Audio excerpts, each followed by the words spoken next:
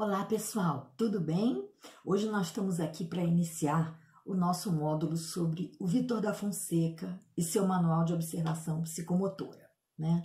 Então, nesse nosso primeiro encontro, eu vou introduzir um pouquinho as bases que nortearam o Vítor para fazer o seu manual, né? Então, o livro é esse aqui, ó, todo mundo pode ver, é um livro maravilhoso, é da ArtMed, e aqui vocês vão encontrar não só o protocolo, mas também toda a justificativa para ele chegar à qualidade de avaliação que ele chegou, tá bem?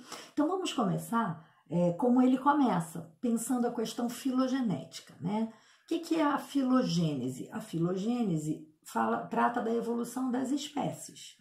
E nesse primeiro capítulo do livro, ele vai trazer para a gente um passeio sobre a evolução do cérebro, desde o cérebro mais dos reptilianos, né, dos répteis. Vocês sabem que, por exemplo, a tartaruga tem um cérebro pequenininho, mas ela tem uma capacidade de adaptabilidade à falta de oxigênio, a tudo que ela vive há 200 milhões de anos, sei lá.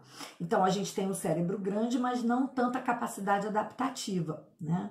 Então, ele vai dizer que, assim como os dinossauros, a nossa civilização também tende a desaparecer num momento da evolução.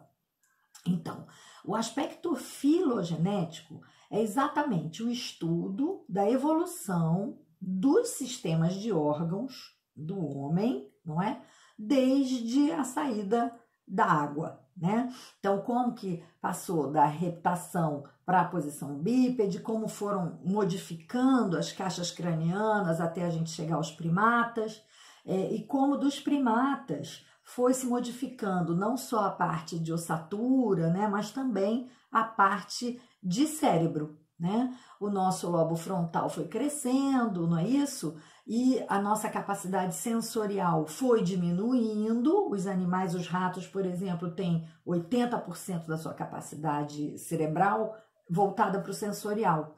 E só um pouquinho para as questões associativas. Já nós, humanos, não. A gente tem 85% da nossa capacidade cortical voltada para as funções associativas e só 15% voltada para os aspectos sensoriais, não é? Então, isso foi uma evolução ou até, podemos pensar, uma involução, não é? A gente podia manter a nossa capacidade sensorial e somar a ela a capacidade associativa, né? A gente não precisava ir perdendo, né? Seria mais legal se a gente pudesse manter. Num segundo momento, o Vítor, ele vai abordar a questão da ontogênese. Então, quando ele quer falar de ontogênese, ele está falando do desenvolvimento do humano, não é? Desde a sua gestação até a sua idade, a sua terceira idade, não é? Então, quando ele fala de ontogênese, é o desenvolvimento do homem. Quando ele fala de filogênese, é o desenvolvimento das espécies. O que ele propõe aqui nesse livro do manual, né? E num outro livro chamado Filogênese, Ontogênese e Retrogênese da Motricidade. Ele propõe, ele propõe que a gente busque replicar ou pensar o desenvolvimento do homem com base no desenvolvimento das espécies. Então, aquelas transformações que a gente foi ganhando com milhões e milhões e milhões de anos, a gente vai conseguir, por exemplo, a marcha bípede, por exemplo. Demorou milhões para o Homo sapiens, né, adquirir essa postura a partir dos símios, né? No entanto, em um ano, o bebê reproduz isso e fica em pé e anda, não é? Então, essa é a grande jogada, eu acho, desse manual de observação. Ele pega o desenvolvimento do humano, né, até suas habilidades motoras fundamentais e norteado pelo desenvolvimento das espécies. Outra coisa muito importante, que eu também vou falar aqui nesse vídeo introdutório, é o destaque que ele dá ao Luria. E ele vai dizer que o Luria, ele trabalhou com uma hierarquia entre os grupos de estruturas do sistema nervoso e também o fator de interdependência, não é? Então, a gente pode pensar que a primeira unidade funcional, ela tem uma função vital para as demais áreas corticais, né? Essas estruturas subcorticais dão suporte para a função de associação das áreas corticais propriamente ditas. Esse primeiro grupo de estruturas, né, de encéfalo, tronco encefálico e cerebelo, são os componentes da primeira unidade funcional, que tem como responsabilidade manter o tônus cortical, manter o tônus postural e, através da formação reticulada, também manter a qualidade de atenção, né, do sujeito. Então, essas são fundamentais, essas estruturas, para que o resto do cérebro possa funcionar, né? Na segunda unidade funcional, o Luria colocou as estruturas posteriores ao sulco central, né? Então, a gente vai ter o córtex parietal, a área visual e a área auditiva, né? E as áreas associativas, claro.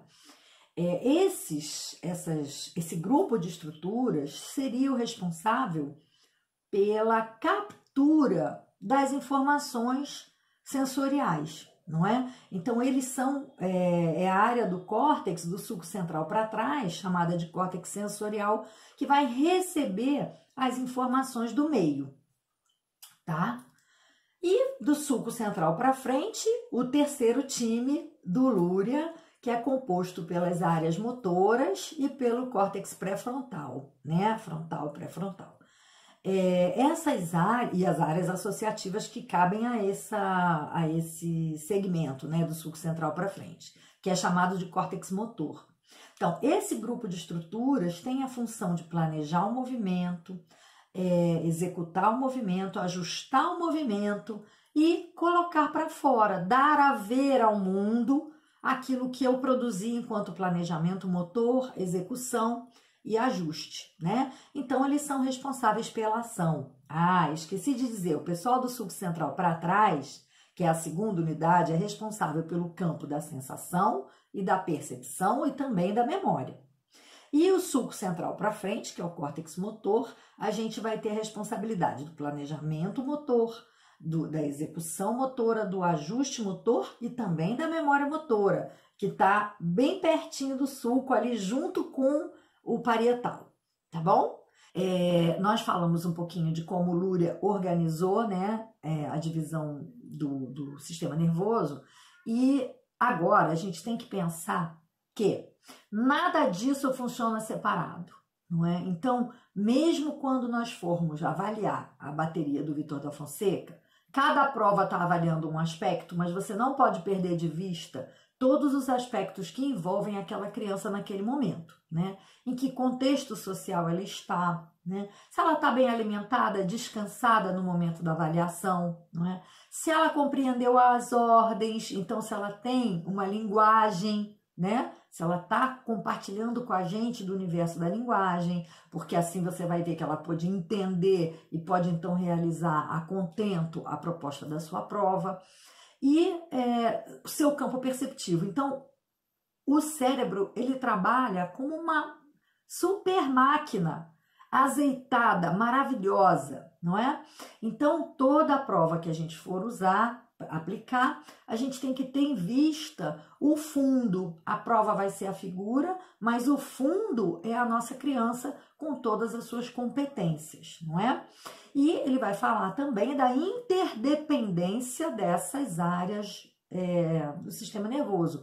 Por exemplo, eu não consigo perceber o meio à minha volta, né? Eu não consigo traduzir uma sensação se eu não prestar atenção nela, não é verdade? Então, eu preciso da função cognitiva, vamos dizer assim, da primeira unidade funcional para poder dar sentido às questões que eu percebo, né? Então, a atenção é fundamental para a percepção e a sensação, né? E eu também preciso, para planejar um bom movimento, perceber o mundo à minha volta, né? Para planejar por onde ir, para ver que estratégia eu vou usar para cumprir aquele objetivo, né? Então, eu não consigo planejar um bom movimento sem o campo perceptivo. E também não consigo realizar um movimento preciso sem prestar atenção, né? Então, essas 3 unidades funcionais, elas funcionam como uma mesma corrente da bicicleta, né? Elas funcionam como uma engrenagem complexa para a realização de um movimento, né? Então, por isso, eu vou ler aqui um parágrafinho do livro do Manual de Observação, que eu acho que representa bem isso que a gente está falando. Ó. A motricidade humana também não pode ser estudada de forma isolada. Ela é indissociável da organização do tônus de repouso e de ação, da regulação vestibular gravítica e espacial, da noção que o corpo ocupa em relação a esse mesmo espaço, da memória e das aferências do meio, com o qual programa sua ação numa rede complexa e sequencializada de engramas motores, só posteriormente materializada sob a forma de ação propriamente dita. Então, qualquer ação motora engendra toda essa questão atencional, perceptiva, associativa, planejativa e executiva. Tá certo? Então, essa é a importância, né, da integridade de todas as áreas do sistema nervoso para a produção do movimento, tá bem? Bem, então, como que ele dividiu, né, a sua avaliação? Ele dividiu sua avaliação pelas 3 unidades funcionais do Luria, e para cada unidade funcional, os subfatores psicomotores que a ela correspondem ou que dependem dela para sua existência. Então, vamos lá. A primeira unidade funcional seria, voltando a repetir, né? Tronco, cerebelo e diencéfalo, responsáveis pelo fenômeno cognitivo da atenção e responsáveis por tônus cortical, tônus postural e equilíbrio, ok? Quais são os subfatores psicomotores que serão avaliados nessa segunda unidade funcional? Tônus, tônus de fundo e de ação e equilíbrio estático e dinâmico, ok?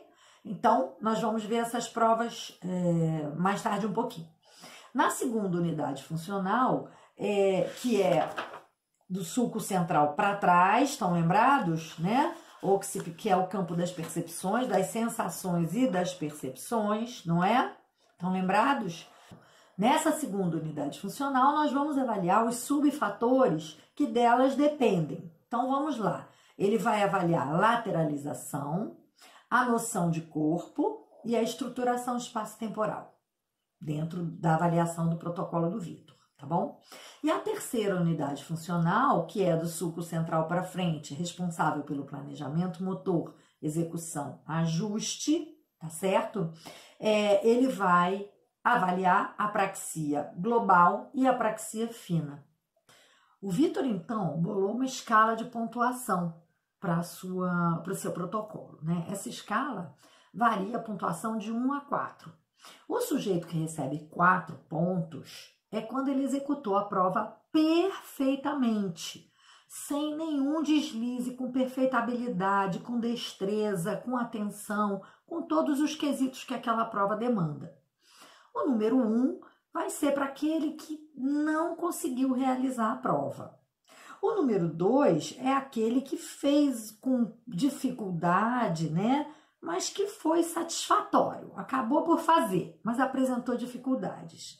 E o número 3, aquele que fez controladamente e adequadamente. Número 4, que fez super bem, né? Então, a gente no número 1, você vai ter o perfil que ele chamou de perfil apráxico. No pontuação 2, você vai ter o que ele chamou do perfil dispráxico. Na pontuação 3, você vai ter o que ele chamou de eupráxico. Eu quer dizer bom, né? Então, eupráxico. E no perfil numerado com 4 pontos, é aquela criança hiperpráxica, tá? Então, ele vai partir dessa classificação para poder marcar, mensurar, né, os resultados das provas. Para avaliar a tonicidade, então, ele vai ver a extensibilidade de membros inferiores e superiores, ele vai ver a passividade, né? Vai ver se tem presença de paratonia ou não, membros inferiores e membros superiores, vai fazer as provas de diadococinesia na mão direita e na mão esquerda, né? E vai observar as cincinesias bucais e contralaterais, né? Que são chamadas de imitação também. E vai dar um veredito, após isso, com dois extremos, hipotonicidade ou hipertonicidade. Então, depois de avaliar a extensibilidade e a passividade de membros superiores e inferiores, as cincinesias e a diadococinesia, ele vai partir para a avaliação do equilíbrio estático. E aqui, o equilíbrio estático, ele faz 3 provas de equilíbrio estático. A primeira delas é o controle inibitório. Então, são 60 segundos de olhos fechados, mantendo a posição, braços ao longo do corpo. E nessa prova, a gente também está investigando as questões cerebelares, né? E de sistema vestibular também, porque a gente tirou a visão e o triângulo, sistema vestibular, cerebelo e visão, está com um vértice, um ângulo, perdão, retirado. Então, os outros dois têm que estar funcionando muito bem. Se essa criança não obtiver sucesso nessa prova, é porque alguma coisa aí tem que ser investigada. Tá bom? Então, depois é a parada retilínea, né? Que você ficar parado com um pezinho na frente do outro assim, paradinho, calcanhar e ponta, imóvel. E o outro é o apoio unipedal, né? Ficar paradinho com um apoio de um só pé, tá bom? Ele vai atribuir 4 pontos se a tarefa foi hiper bem feita, 3 pontos se ela foi bem feita, 2 pontos se ela foi mais ou menos e 1 ponto se ele não obteve sucesso, se ele não conseguiu manter o corpo imóvel durante 60 segundos, né? Aí a gente vai para o equilíbrio dinâmico. O equilíbrio dinâmico, na verdade, ele vai usar quatro provas, tá? A primeira é a marcha controlada, que é por uma distância de 2 a 3 metros, você andar com um pé ponta no calcanhar do outro, um pé ponta no calcanhar do outro, né? Sem perder o equilíbrio, sem sair da linha, enfim. Essa é a marcha controlada. Depois a gente vai ter a evolução na trave. Uma trave de equilíbrio, onde a criança vai andar por cima, andar de lado, andar para o outro lado, andar para frente e andar para trás, tá bem? E você vai pontuar cada uma dessas performances. Depois, salto num pé só, e ele opta por fazer as 2 pernas, tá bom? E salto com os pés juntos, de olhos abertos primeiro e de olhos fechados depois. Então, é claro que se a criança realiza essas provas de maneira bem feita, né? Você vai dar os 3 pontos, se ela fizer a coisa normalmente. Se ela fizer super bem, você vai dar os 4 pontos. Se ela fizer mais ou menos, tipo na marcha controlada, tender um pouquinho a buscar o equilíbrio nos braços e tudo, a gente vai dar 2 pontos. E se ela não conseguir, ela vai levar 1 pontinho, certo? Bom, vamos partir para as provas da segunda unidade funcional, que começa, lembrando do sulco central para trás, todo o aspecto sensorial e perceptivo, ok? Então, ele começa com a prova de lateralização, né? Essa prova, ela é super interessante. Por quê? Porque o Bergès sugere uma observação da lateralização espontânea. O que é isso? Você pede para a criança bater palma e a mão dominante vai vir por cima. Você pede para ela dar tchau e a mão dominante é que vai aparecer. Então, essa é uma lateralidade espontânea, vamos dizer assim, né? Mas a gente tem as provas de lateralidade, né? A primeira delas, que vale por 3, né? Que é a prova da dominância visual.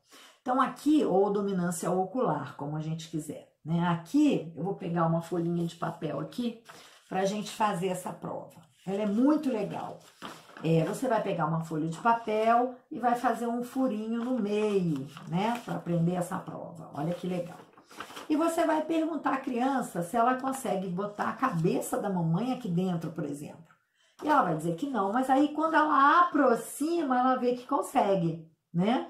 Então, e ela vai aproximar para o olho diretor, né? Para o olho dominante.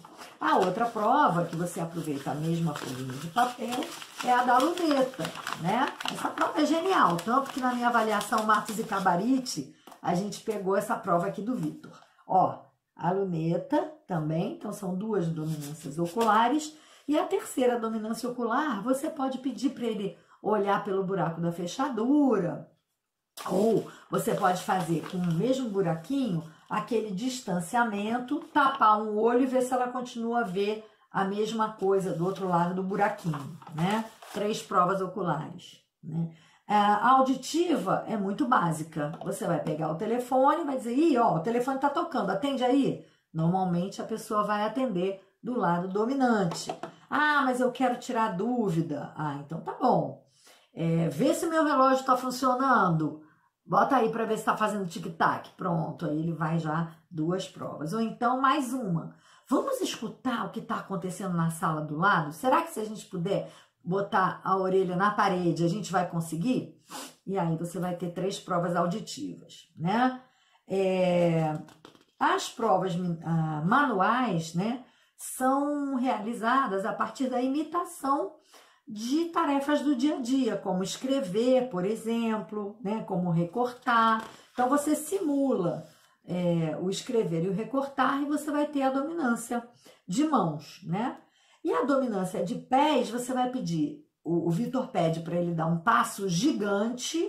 Normalmente, você simulando um passo gigante, é a perna dominante que vai para frente. E você também pode simular vestir as calças. Normalmente é a perna dominante que vai vestir a calça primeiro, tá bom? Então aqui a gente acaba com a lateralização.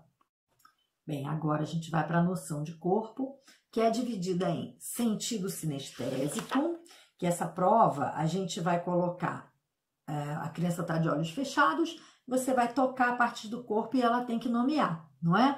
Então, para que é isso? Para observar o lobo parietal, né? A representação que o sujeito tem do seu próprio corpo no cérebro. A segunda é o reconhecimento direita e esquerda, tá? Então, mostre-me sua mão direita, mostre-me sua mão esquerda, me mostra seu pé direito, me mostra seu pé esquerdo. A prova de autoimagem nada mais é do que finger nose. É aquela de olhos fechados, você colocar o dedo na ponta do nariz, tá? Aqui você tá avaliando demais a noção de corpo, de postura, de posição do corpo no espaço, tá bem? E depois a gente vai ter imitação de gestos. Então, para as crianças mais novas, ele propõe gestos bimanuais. Aliás, para todas ele propõe bimanuais. Só que para as menores, ele propõe gestos mais fáceis. E para as maiores, ele propõe... Vou fazer aqui um gesto bem difícil, ó, das maiores. Caramba, difícil pra caramba. Até pra gente é difícil, né? Então, vai ser para as crianças maiores, tá bem? Então, a cotação você vai atribuir de acordo com a performance da sua criança, não é? Então, é muito importante, porque essa imitação de gestos, o Bergès chama de praxicognósica, conhecimento do movimento. Muito interessante, né? Bom, depois o desenho do corpo, que você pode pedir o desenho da figura humana e ver a qualidade e a riqueza, né, desse desenho, tá bom? Continuando na nossa segunda unidade funcional, a gente vai ter as provas agora de estruturação espaço-temporal. Elas começam com a prova de organização. Você vai estabelecer uma distância na sua sala e vai perguntar à criança quantos passos ela acha que vai usar para cumprir aquela distância, né? Isso tem a ver com o quê? Com a área suplementar, né? A área de planejamento motor, mas também com o campo perceptivo, não é? Ela tem que observar todo o espaço para ver quanto tempo e quantos passos ela vai cumprir, ela vai usar para cumprir essa proposta, né? Então, essa prova de organização, você pode modificar o número de passos 2 ou 3 vezes e ver se ela faz o replanejamento motor. Muito legal. A prova de estruturação dinâmica, você vai trabalhar com palitinhos de fósforo. Então, você coloca os palitos de fósforo numa determinada posição, ele usa 5 palitinhos, vai do mais fácil para o mais difícil, as crianças mais novas os mais fáceis, as crianças mais velhas os mais difíceis. Você mostra uma cartelinha com os 5 palitinhos em determinada posição, mostra por 3, 4 segundos e dá os palitinhos para a criança reproduzir aquilo em 3D, né? Vamos dizer assim. Então, é a memória imediata, né? E memória visual imediata, de curto prazo, tá bom? A próxima prova é a representação topográfica. Essa é muito legal, tão legal que a gente pegou pro Matos e Cabarite. Você vai fazer uma planta baixa da sua sala, onde você, terapeuta, avaliador, coloca a porta, a janela, aquilo que tem a ver com a estrutura, né? E aí você pede à criança para colocar com uma cruz ou com uma bolinha onde que estão colocados os móveis, por exemplo. Você pode pedir o quadro de giz, ou você pode pedir para colocar onde está a mesa com a cadeira, onde está a própria criança, onde está você, e a criança vai colocar no local mapeado pela sua estrutura de sala. Essa é muito legal, porque você vê estruturação espacial, a passagem do tridimensional para o bidimensional. Essa prova é maravilhosa. Depois a gente tem a prova da estruturação rítmica, né? Que ele usou uma derivação da Mira Stambach. Você vai fazer, como é que se diz? Batuques. E a criança vai reproduzir a seguir. Mesma coisa que você fez com os palitinhos de fósforo, só que no campo auditivo, não é? Então, você dá um estímulo auditivo e uma resposta motora, tá bom? Isso é bem legal. Muito bom. Agora, chegou a hora da gente avaliar a terceira unidade funcional, né? E a gente vai começar com as provas de praxia global, tá? Essas provas são muito legais e vão dar um material de observação muito, muito rico para a gente, né? Porque elas já estão falando da execução do movimento. Então, já pressupõe tudo aquilo que a gente viu, que o Luria diz que vem antes, né? Da execução e do planejamento.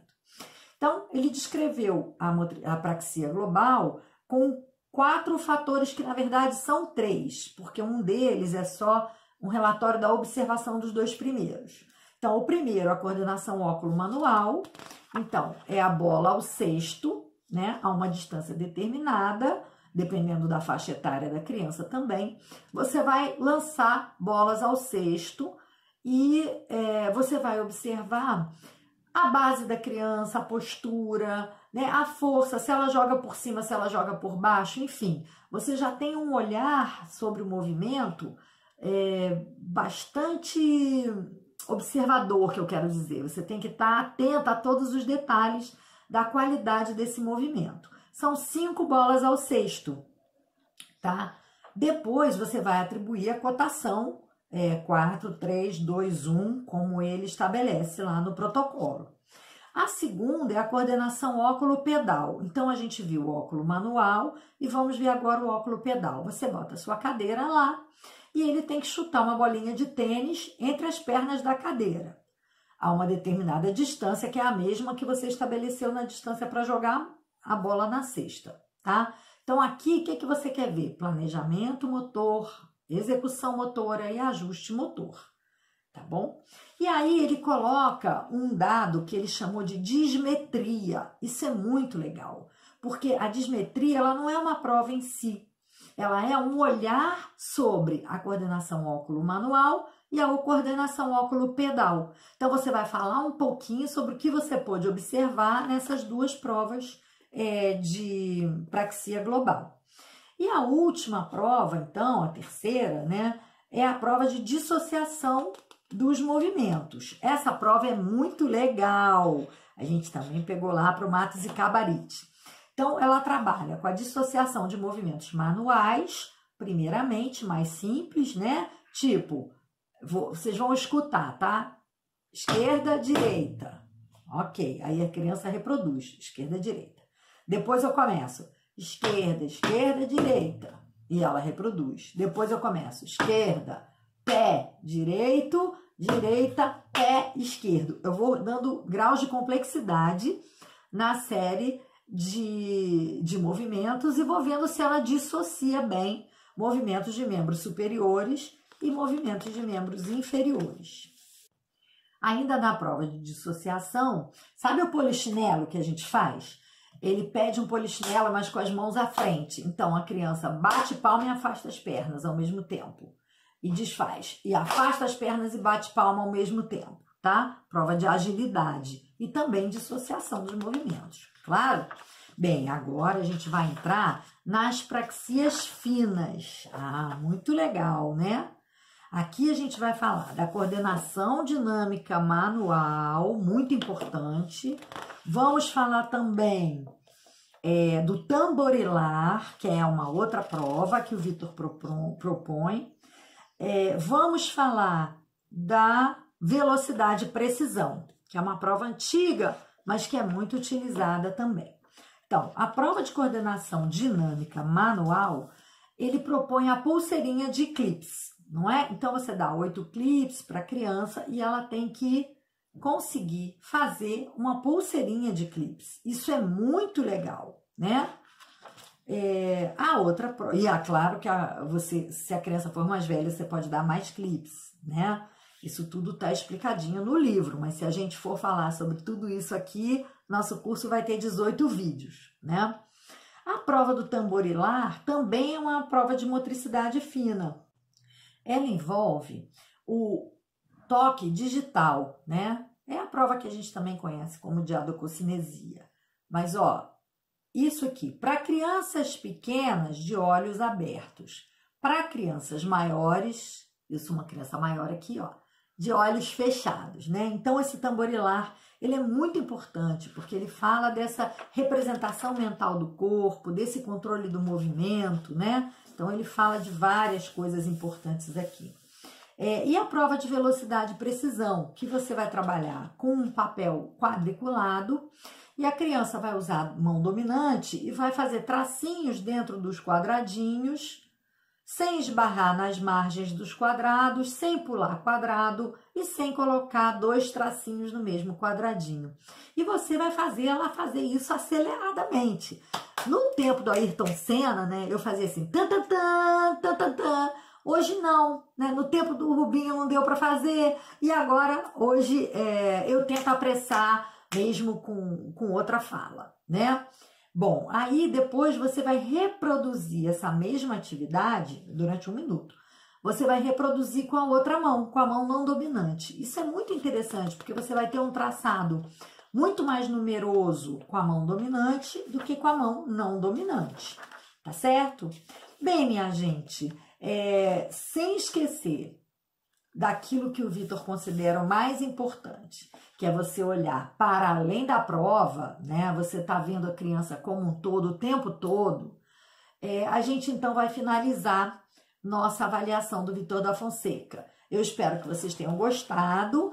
Para quem gostar dessa avaliação, esse livro aqui é uma bíblia, tá bom? Aliás, a Rossana fez um livro em homenagem ao Vitor da Fonseca e o meu capítulo fala desse livro aqui, que foi a base para tantas outras coisas que eu já fiz, tá bom? Espero que vocês tenham gostado. Um beijo.